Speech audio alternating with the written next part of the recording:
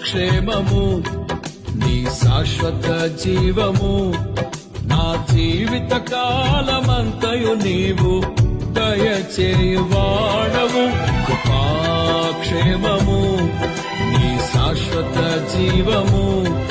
నా జీవిత కాలమంతయు నీవు దయచేయువాడవు మహోన్నతమైన నీ ఉపకారమును తలంచుచు అనుక్షణము పరవశించనా నీ కృపలోనే పరవశించనా